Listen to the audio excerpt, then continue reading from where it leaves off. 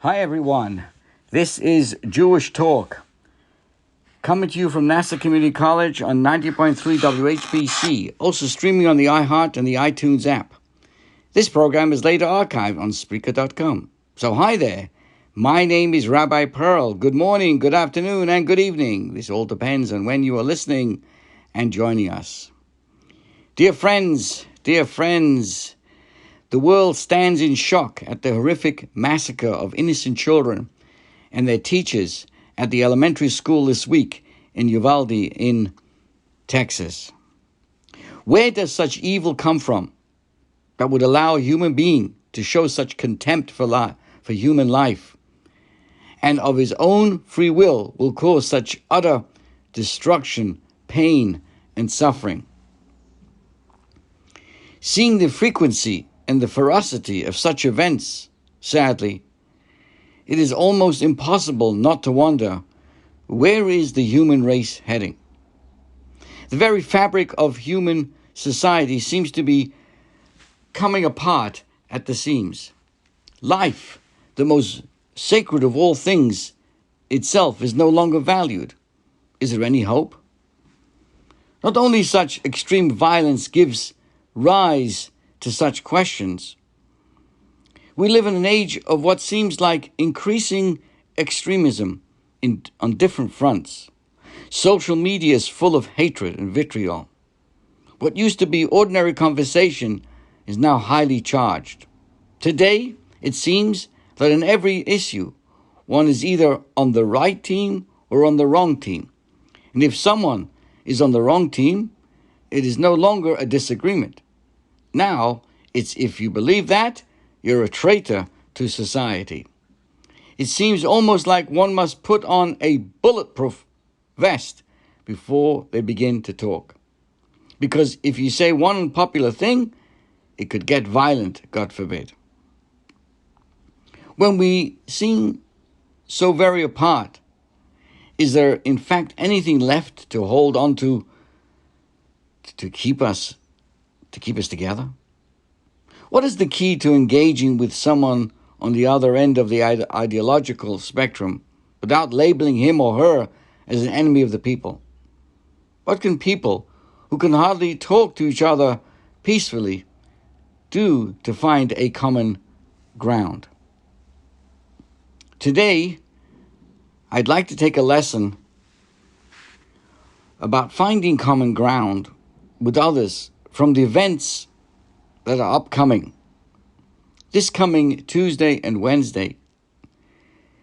Tuesday is Rosh Chodesh Sivan, beginning of a Jewish month that ushers in the holiday of the coming Sunday and Monday, the holiday of Shavuos. So the very momentous month, Shavuos, is the holiday where we all receive the Torah at Mount Sinai. And also a lesson I'd like to share with you from one of the Dayenus, one of those popular songs in the Pesach Haggadah, Dayenu. So I want to suggest that what's happening in the next couple of days, what happened historically on Tuesday, way back, has an impact on how we could look at the world today. Let me just give you a little bit of a background in terms of the Dayenu. Dayenu is a popular song, and Dayenu means enough, where we list 15 great deeds that the Almighty performed, from taking us out of Egypt to bringing us to the Holy Land, and we thank God for each one of these stages. If He had done only one of these deeds for us without the rest, we would have said Dayenu. That's how the refrain goes. It's a meaningful, worthy of thanks. Everything is worthy of thanks.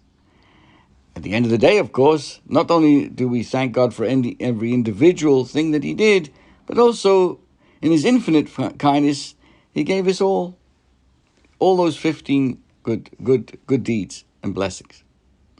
Now, one of them I'd like to focus on. One of them says, if the Almighty had brought us to Mount Sinai and not given us the Torah, Dayenu, it would have been enough. Now, what Famous question. How could it be enough? What good would have been to be brought to Mount Sinai if it wasn't to receive the Torah there?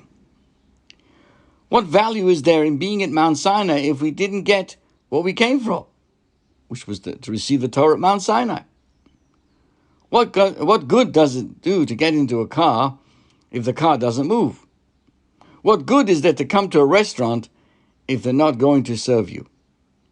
So what does this stanza mean? If God had brought us to Mount Sinai and not given us the Torah, we would have been thankful. So the commentaries discuss this. Rabbi David Avudaram, a very well-known commentator on the Haggadah, explains that what we're thanking God for is the awesome experience of just being at Mount Sinai, seeing the open heavens, the lightning, the smoky mountain, hearing the thunder, and the Ten Commandments. That means even if we just heard the Ten Commandments and never received any more of this, that would have been enough. That's how he explains it. Problem is, the stanza doesn't say that if he'd shown us his glory atop of the mountain or made us hear the Ten Commandments, it would have been enough. It says, if he just brought us to Mount Sinai, implying that just the fact of being there, even if we didn't experience any revelation, would have been enough. So why is it better to spend time at Mount Sinai doing nothing any more than any other place in the desert? So I want to share with you a very striking, provoking insight by the Rabbi. And he explains like this, that these Dayenu songs, this song, also provides us with important tools of how to live as a healthy human being. And the Rabbi explains that even before the thunder at Mount Sinai began to roll, and there was this great divine revelation, there was something very important that did happen at Mount Sinai the moment they arrived at the mountain. We're talking about 3,334 years ago, where the Torah tells us they all came and they encamped facing the mountain. And the term used, Vayichan, that's the Hebrew word, is a singular term. Now understand, there were several million people there. You should have said Vayachanu, and they, the Jewish people, all surrounded the mountain.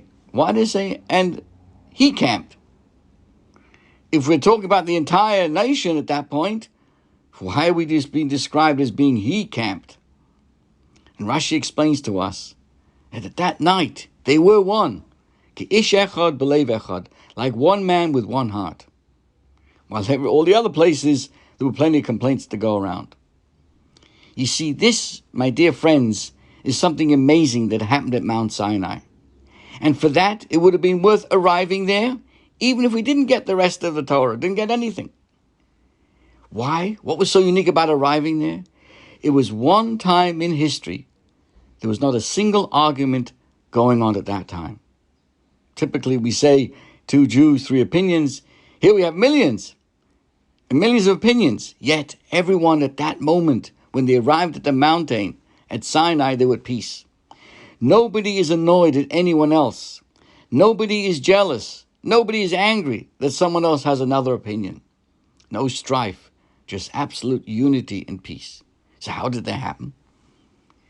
Arriving at the foot of Mount Sinai, they were overtaken not by a revelation from above.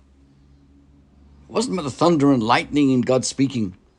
There was something internally changing. It was the moment that inside of us, maybe for the very first time, that everybody became in touch with their inner core of the soul.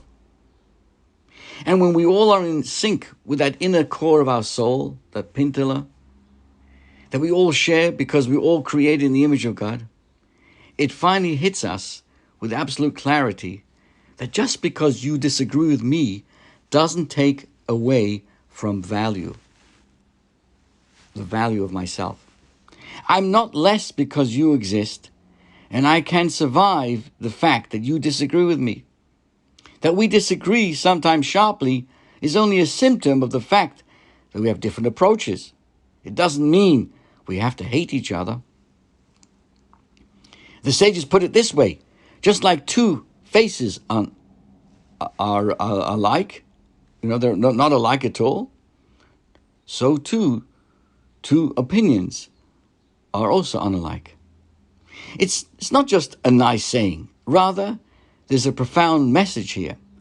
I do not get angry at someone else for looking different than me, because I don't view it as an encroachment upon my turf.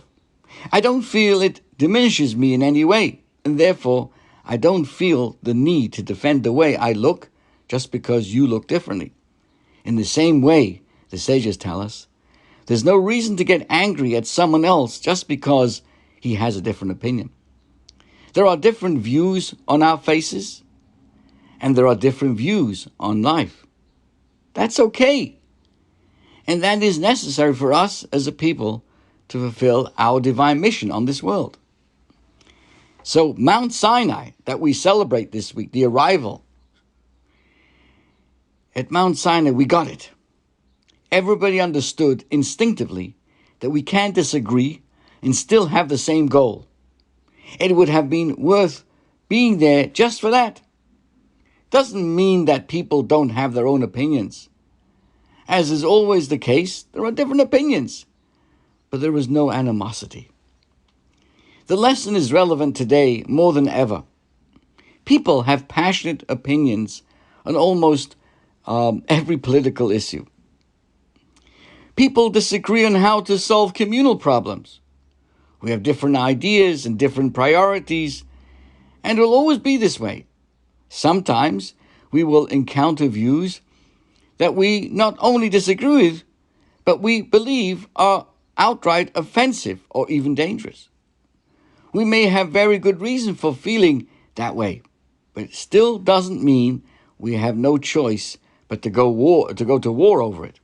Even when we disagree sharply, we still have a common ground that we are all created with that single soul, created in the image of God. Deep down, we all want the best for each other. Our goal is the same. Even if I don't like your approach, I can respect you as a person. Even if it is true that there are sometimes bad actors who not only adopt positions that we find dangerous, but do so for wrong reasons, for fame, for money, for political power, we still do not need to rush to absolute condemn. It may be tempting to write off such a person as an enemy of society, an enemy of religion, but that's lazy. We must look deeper and remember that a person's failings are only a part of them. Deep down, there is a soul. There is something to communicate with. There's always common ground, and there's always value in trying to cultivate it. So as we prepare to celebrate the events in this coming week that brings us to the holiday of Shavuos, please remember the events of this Tuesday in the Jewish calendar is called Rosh Chodesh Sivan, the beginning of the month of Sivan, as expressed in the Dayenu, teaching us the value of disagreeing without being disagreeable. Disagreeing without being disagreeable is not always easy. Let me tell you, it requires a good deal of internal work, a work of silencing my own ego, and to a certain extent silencing even the good voices inside of me who don't like seeing people engaging in behavior that contradicts my values. So, when we stood at Mount Sinai, we said Dayenu, because at that moment, everybody stood as one man with one heart. It didn't come automatically. The Talmud describes the days leading to the giving of the Torah at Mount Sinai. On Rosh Chodesh, this Tuesday, we remember how we arrived at Mount Sinai. On that day, there were no formal welcome, no instructions, no scheduled events. The Talmud explains Moses simply let them rest because they were tired of their journey. It wasn't until the next day. The second day was the relationship and the conversations, the preparations became in earnest. So why was there this silence on the arrival itself? No program, no communications. Because arriving at this momentous occasion, that ever happened on this, this of the earth, so to speak. There was no statements to make, no instructions to give. They'd been counting up for the moment, leaving Egypt so many weeks earlier. They were looking forward to this event. So why wasn't there an immediate instructions to preparation? Why is the sudden silence? Wouldn't we been excited to hear God's message? So what happened? And how exhausted could they have been from the journey? You understand, was it simply they were exhausted? They were surrounded by clouds of glory. They were protected from the elements and from the hardships of travel. So what made them weak and weary? As the Talmud says, they were weak and weary, and therefore there was no instruction given. And the Rabbi explains that it wasn't from the physical journey. It was a spiritual, internal journey. What was being prepared? What was the proper preparation at that moment of being at peace with themselves and with each other? It takes an effort.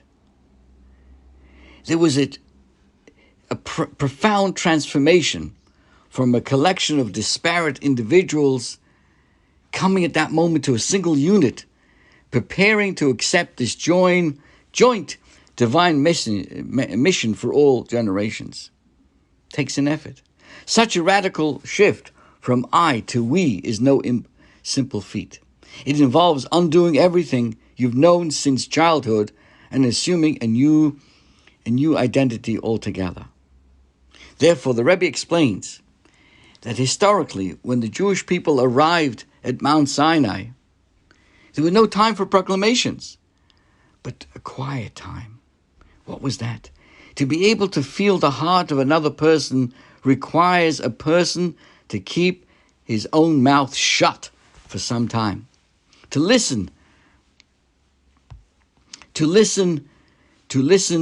to what others have to say to another person, to feel the beauty of unity, which is so much greater than an individual.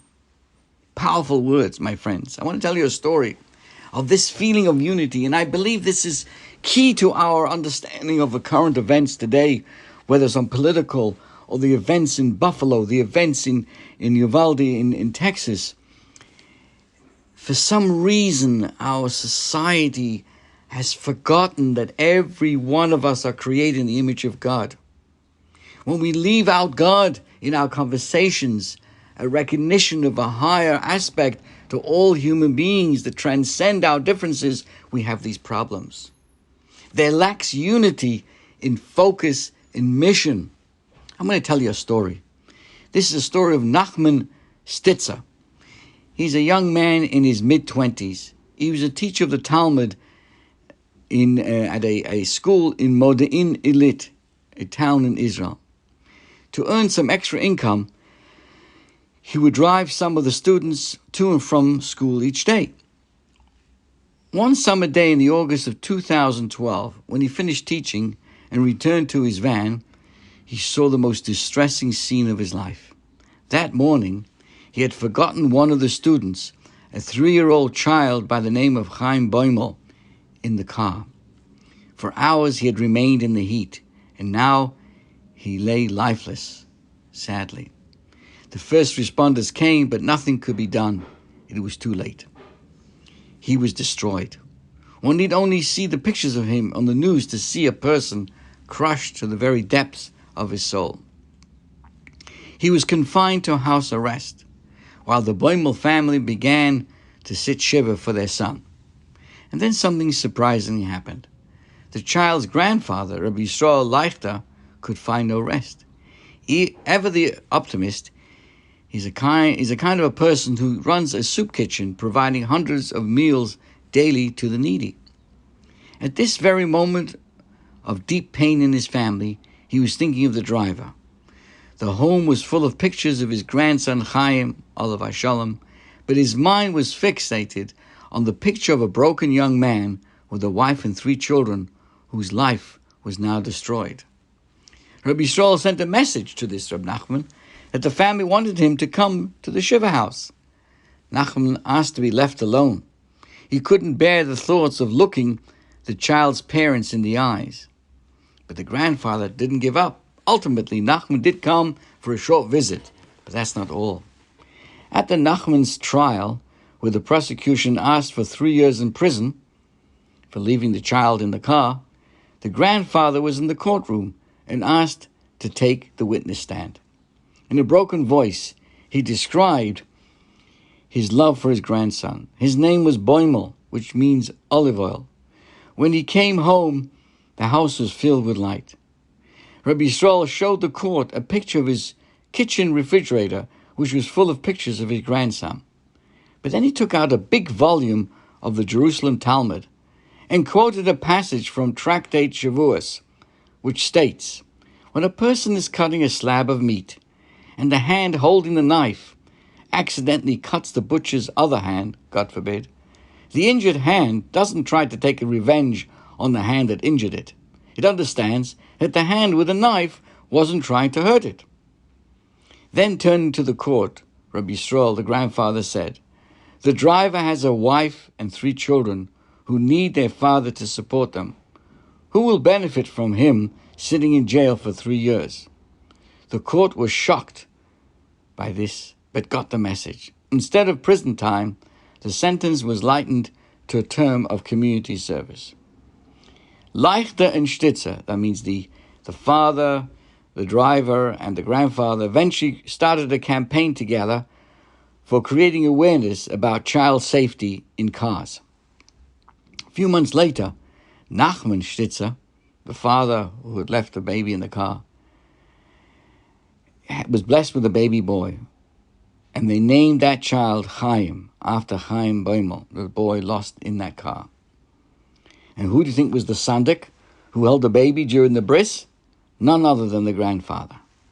I share this story with you, my friends, because we are living in a world that is increasingly polarized. We often look around at some of the opinions being espoused in the world and want to say, are you serious? Have you gone crazy? Our intuition often is to write people off as crazy, as people to avoid, as people not to reckon with. The Torah tells us that even before the Torah was given, something even more important had to happen first. There had to be a moment, a way, to find a way to disagree with each other without animosity. Perhaps in these confusing times, the very thing demanded of us is to go back to our comfort, out of our comfort zone and get back to basics. And I'm, sharing this with you, with everybody, whatever affiliation, whatever background you come from. Recognize we are who we are, and we all share the same soul created in the image of God. We have our differences, but despite our differences, even because of them, we share an unbelievable wealth of common ground, and that is something to celebrate.